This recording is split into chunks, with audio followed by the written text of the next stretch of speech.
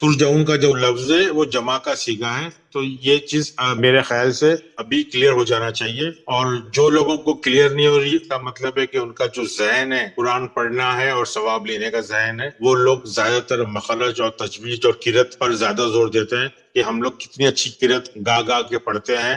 تو ہمارا مقصد یہ ہے کہ قرآن کو ہم باریکی سے اس کے الفاظ, اس کے جو لفظ ہے اس کو ہم سمجھے. اور جب ہم کوشش کرتے ہیں, کوئی بھی لوگ روایتی ترجمے اور جو مشہور ترجمے اس سے ہٹ کے کوئی بات کرتے ہیں تو لوگ ہمیشہ ایک لیبل لگا دیتے ہیں فرقے کے کہ بھائی یہ آپ کون سے فرقے کے, آپ یہودی ہے, آپ احمدی ہے, آپ ہندوؤں کے ایجنٹ ہو. یہ ساری چیزیں جو مدرسے سے فارغ ہے وہ لوگ کہ مدرسے سے فارغ ہونا ضروری ہے قرآن کو سمجھانے کے لیے, مولوی ہونا ضروری ہے, مدرسے سے فارغ ہونا ضروری ہے. ایک عام آدمی قرآن کو نہیں سمجھا سکتا. تو یہ ایک ذہن میں ہے کہ بھائی یہ لوگوں کو تو برابر سے بولنا نہیں آتا ہے, لفظ کو ادا کرنا نہیں آتا ہے, تو یہ لوگ کس طرح قرآن کو سمجھا رہے ہیں. تو وہ لوگوں کو یہ ہماری باتیں سمجھ میں نہیں آئیں گی کیونکہ وہ مولویوں کے اندھ بھکت ہے. تو اپنی خود کو استعمال کرنا سیکھو, اور موجودہ جو ترجمہ ہے اس میں کیا غلطیاں ہیں اور کیا ہماری حالت ہے اس کو سمجھنا بہت ضروری ہے. ایک آیت میں لے لیتا ہوں سورہ بقرہ کی 28. 2 کا 28 ہے, بسم اللہ الرحمن الرحیم. کیف تکفرون باللہ وکنتم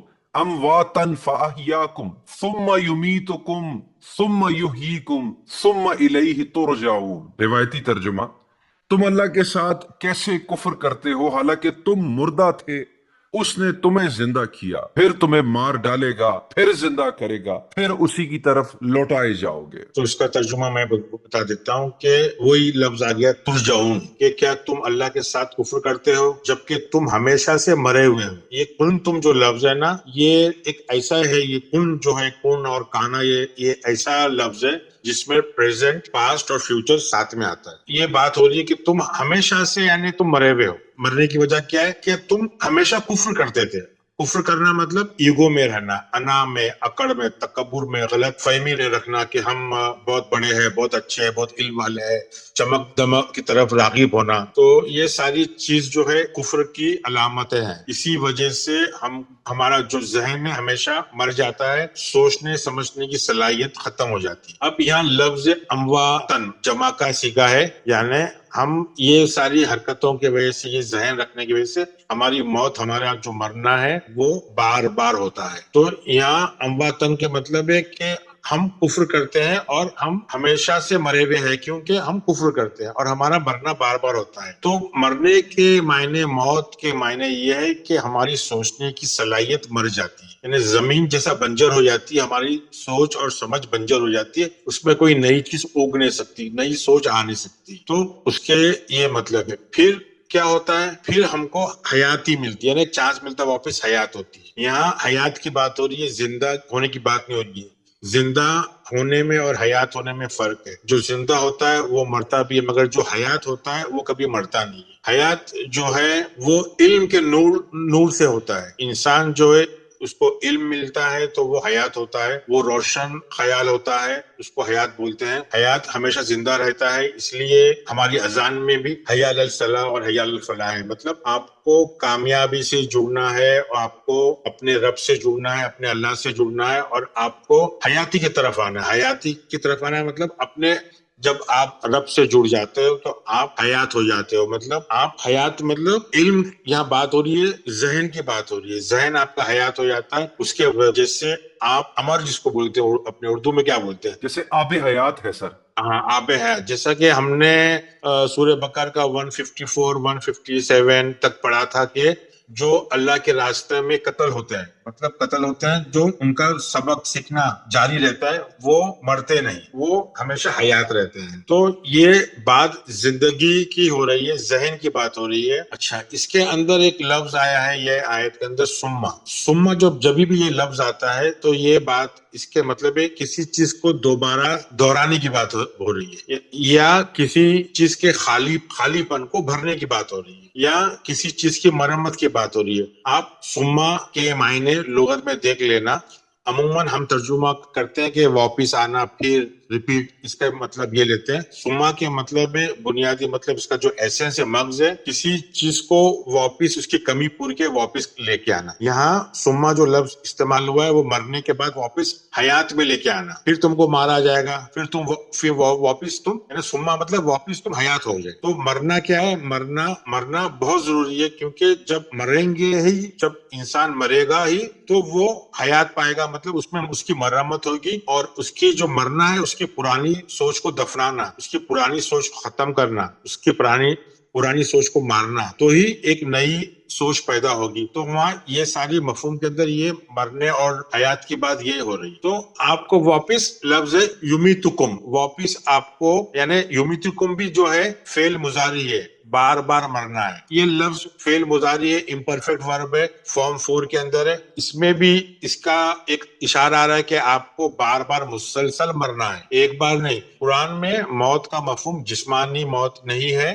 بلکہ جب ہماری سوچ بنجر ہو جاتی ہے، خالی ہو جاتی ہے، جس میں پیداوار نہیں ہو سکتی ہے، اس کی بات ہو رہی ہے. جب ہم سینسیبل نہیں ہوتے، سوچنے سمجھنے کی صلاحیت ختم ہو جاتی ہے، کوئی بھی چیز یعنی سینسیبلٹی ہوتی ہی نہیں ہے، ذہن ہمارا اس میں خاموش ہو جاتا ہے ایک دم، یعنی اس میں کوئی سوال رہتے نہیں، اس کے اندر کوئی طاقت رہتی نہیں، رک جاتا ہے، جگہ ٹھہر جاتا ہے. تو ویسے ذہن کو میت بولا گیا ہے، ویسے ذہن کو یمیتکم بولا گیا ہے، یعنی اس کو بار بار مرنا ہے. اس کی وجہ کیا ہے؟ کہ حیات لانا ہے. پھر واپس آیا. ثم یحییکم. تو یہ بھی فارم 4 ہے، حیات کا جو لفظ ہے یہ بھی فارم 4 ہے، یہ بھی امپرفیکٹ مطلب فعل مضارع میں ہے. تو یہ پورے کی پوری آیت جو ہے ہم کو یہ بتا رہی ہے کہ بھائی آپ کو حیات ہونا ہے، آپ کو مرنا ہے. تو اس کی وجہ کیا ہے؟ اس کی وجہ کہ تم کو اپنی مرمت کرنا ہے. یہ کوئی فزیکل جسمانی موت کی بات نہیں ہو رہی. ہم لوگ زندہ ہے مگر حیات نہیں، ہم لوگ مرے ہوئے ہیں، ہم لوگ حیات نہیں. حیات میں رہنے والے لوگ جو ہے وہ کبھی بھی مرتے نہیں ہے. یہاں مرنے کا مفہوم دماغی طور پر مرنا ہے، جو ایکچولی سوچ کا مرنا ہے. انسان اپنے عمل سے حیات رہتا ہے مرنے کی، یعنی فزیکل موت کے بعد بھی. تو یہ جو انسان کا جو ارتقا ہے، جو یہ واپس آنا ہے، وہ ہمیشہ یہ حیات کی جو بات ہو رہی ہے. تم اپنی زندگی میں بھی حیات ہو اور واپس آؤ گے بھی تو حیات ہو. تو یہ اس چیز کی بات ہو رہی ہے. ہم نے اگر کوئی کام نہیں کیا جس سے ہم ہمیشہ حیات رہیں گے تو وہ کوئی مطلب نہیں ہے. تو قرآن کا جو حیات ہے وہ تم کو اپنے رب سے جڑنا ہے، اپنے علم لینا ہے، ذہن کو روشن کرنا ہے. حیات سے ارتقا ہوتی ہے، اور قرآن میں بتایا ہے کہ جہالت اور اندھیرا جو ہے وہ ارتقا روکتا ہے. ابھی ہم سورہ انعام 6 کی 122 آیت لیں گے. 6:122 ہے. اومن کان میتن فاحییناہ وجعلنا لہ نورا یمشی بہ فی الناس کمن مثلہ فی ظلمات لیس بخارج منہا کذالک زین للکافرین ما کانوا یعلمون. روایتی ترجمہ: ایسا شخص جو پہلے مردہ تھا، پھر ہم نے اس کو زندہ کر دیا، اور ہم نے اس کو ایک ایسا نور دے دیا کہ وہ اس کو لیے ہوئے آدمیوں میں چلتا پھرتا ہے. کیا ایسا شخص اس شخص کی طرح ہو سکتا ہے جو تاریکیوں سے نکل ہی نہیں پاتا؟ اسی طرح کافروں کو ان کے اعمال خوشنما معلوم ہوا کرتے ہیں. یعنی ایک بار وہ مر بھی گیا، اس کے بعد نور سے اس کو وہ اپنے کیا گیا تو وہ زندہ ہو کے سب کیا ہے، وہ اکثر پڑھیے واپس سے. ایسا شخص جو پہلے مردہ تھا، پھر ہم نے اس کو زندہ کر دیا، اور ہم نے اس کو ایک ایسا نور دے دیا کہ وہ اس کو لیے ہوئے آدمیوں میں چلتا پھرتا ہے. ہاں سنو، جو مر بھی گیا ہے نور دو کے زندہ بھی ہو گیا اور آدمی میں چل رہا پھر. تو اس کا میں ایک سرسی طور پہ اس کا جو مفہوم ہے، دیکھو یہاں لفظ واپس آیا کانا. کانا کے مطلب میں نے کیا بولا ہے کہ یہ ایک ایسا لفظ ہے جو پریزنٹ، فیوچر اور پاسٹ میں تینوں میں استعمال ہوتا ہے. تو اور جو ہمیشہ سے مرا ہوا ہے اور ہم نے اسے حیاتی دی، یعنی دماغ کو نور سے نوازا اور زندہ کیا، حیات کیا. تو مرا ہوا آدمی کو نور سے کیسے زندہ ہوگا وہ؟ یہاں نور کے مطلب ہے روشن دماغ میں روشنی آنا، علم کی روشنی آنا. جب علم کی روشنی آتی ہے تو وہ جو اس کا مشتعل ذہن ہے وہ چلنے لگتا ہے، کام کرنے لگتا ہے. تو روایتی ترجمے کیا ہے؟ لوگوں میں وہ چلنے پھرنے لگا. اس کا کیا مطلب ہے کہ بھائی زندگی کس سے ملتی ہے؟ اس سے بھی سمجھ میں آ رہا ہے کہ یہ بات مرنے کی بات نہیں، ذہن کو زندہ کرنے کی بات ہو رہی ہے. یہ جو ناس جو لفظ ہے اس کے مطلب ہے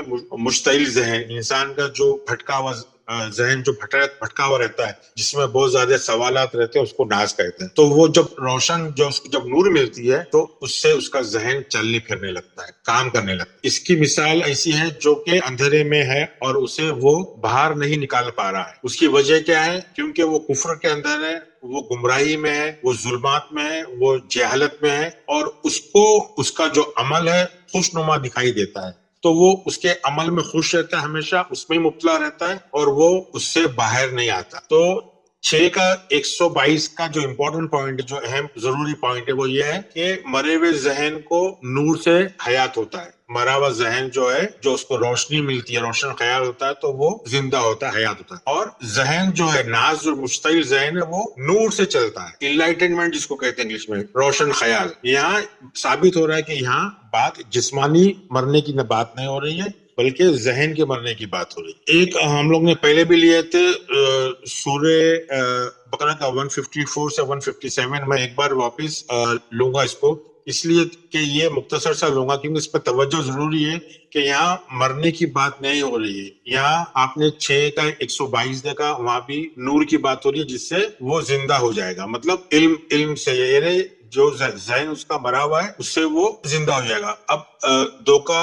154 جو ہے, وہ ہے اللہ کی راہ میں جو قتل ہوتے ہیں انہیں آپ مردہ مت کہو, وہ حیات ہیں مگر تمہیں اس کی سمجھ نہیں, شعور نہیں. 2 کا 155 ہے, تمہیں آزمایا جائے گا. اب یہ دیکھو, جب وہ قتل ہو گیا, قتل کا مطلب مرنے کی بات کر رہے ہیں, تو پھر آزمانے کے کیوں ہو رہا ہے؟ تمہیں آزمایا جائے گا تمہاری خواہشوں سے, ڈر, بھوک, نقصان, جان مال, نفسیات اور عقل سے. جو صبر کرنے والے ہیں ان کے لیے خوشخبری ہے. یہ 2 کا 155. یہ بات 2 کا 154 سے ہو رہی ہے کہ قتل جو اللہ کی راہ میں قتل, مطلب جو سیکھ رہے ہیں, سمجھ رہے ہیں, اپنے آپ کو وقف کر رہے ہیں, سمجھے, وہ جو ہے ان کا ذہن کبھی مردہ نہیں ہوگا, وہ ہمیشہ زندہ ہے اور وہ حیات ہے, مگر ہم کو شعور نہیں. ہم سمجھتے یہ کیا بات کر رہا ہے, یہ تو ایک دم دنیاوی بات ہی نہیں کر رہا ہے, یہ مر چکا ہے. تو وہ زندہ ہے, وہ آپ سمجھتے نہیں ہے, اور وہ تمہاری آزمائش ہے, خواہشوں سے آزمائش. اور ویسے لوگوں کی آزمائش ہوتی ہے جو یہ تحقیق کرتے ہیں, جو قتل ہو جاتے ہیں, ان کی آزمائش ہوتی ہے کبھی ڈر سے, کبھی خوف سے, کبھی بھوک سے, کبھی نقصان سے, کبھی جان سے,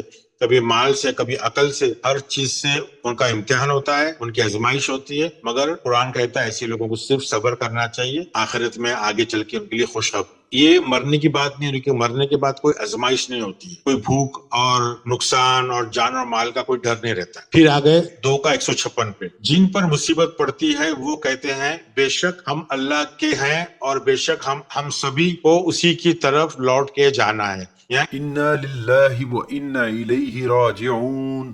راجعون کے مطلب واپس لوٹ کے جانا ہے. تو یہ بات وہی ہو رہی ہے, ذہن کی بات ہو رہی ہے, زندہ حیاتی کی بات ہو رہی ہے, ذہن کا مردہ اور ذہن کا حیات ہونے کی بات ہو رہی ہے. اب 2 کا 157 میں بات ایک دم کلیئر ہو جائے گی. 2 کا 157 سے ایک بار پڑھ لینا عربی میں آپ. 2 کا 157 ہے سر, اولئک علیہم صلوات من ربہم ورحمہ واولئک هم المہتدون.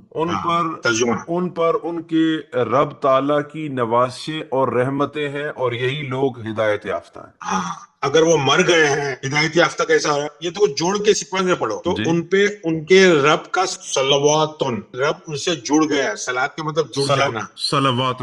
جی ہاں, صلواتن. تو وہ جڑ جانا ہے, رب کے ساتھ میں ایک ہو جانا ہے, جڑ جانا ہے. وہ ایک کیفیت بتا رہا ہے کہ آپ کی کیفیت ایسی ہو جاتی ہے جیسے سلواتن ایک کیفیت ہے کہ انسان اپنے رب سے جڑ جاتا ہے, ان پہ رحمت ہوتی ہے. رحمت کیا ہوتی ہے؟ رحمت کے مطلب ہے رحمان ان کو ہدایت دینا شروع کر دیتا ہے.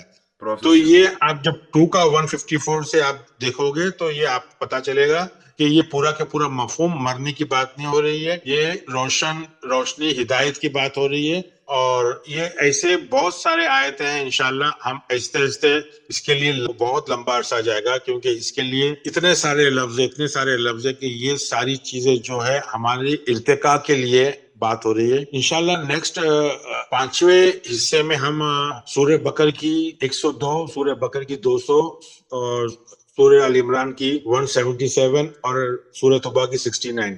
اس میں یہ آیتیں ہم سرسری طور پہ لیں گے. اس میں یہ بتا رہا ہے کہ ارتقاء جو ہے آخرت میں تمہاری ارتقاء ہوتی ہے. وہاں لفظ ہے خلق